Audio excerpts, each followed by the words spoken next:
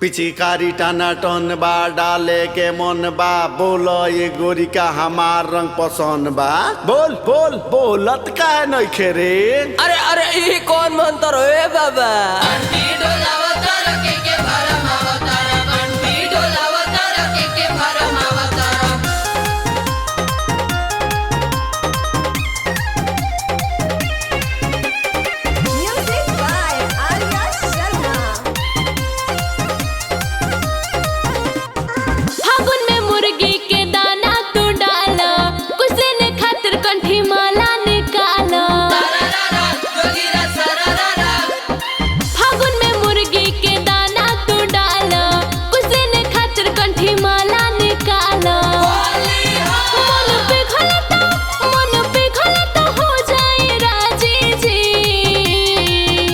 जयंतरम ममंतरम चोली फरंतरम लहंगा लसरंतरम साया रंगंतरम ए पंडित जी सुखल शंख न बाजी जी, सुखल शंख न बाजी जी। ए पंडित जी सुखल शंख न बाजी जी, सुखल शंख न बाजी जी।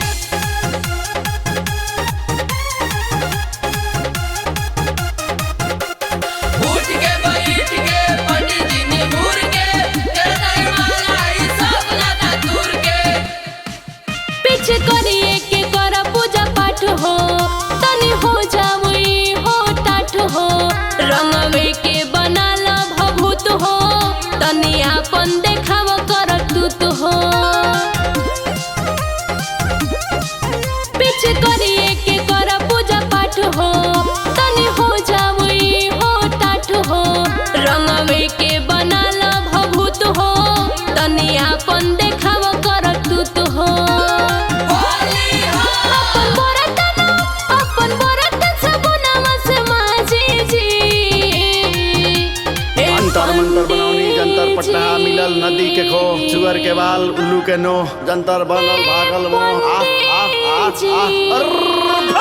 ए पंडित जी सुखल शंख न बाजी जी, सुखल शंख न बाजी जी। ए पंडित जी सुखल शंख न बाजी जी, सुखल शंख न बाजी जी।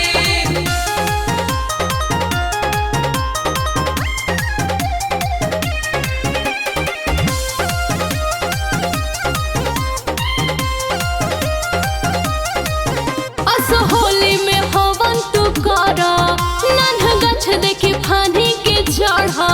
एक बार तू बाबा जे भोगबा हो, भूख लागी तो हे खोजबा हो।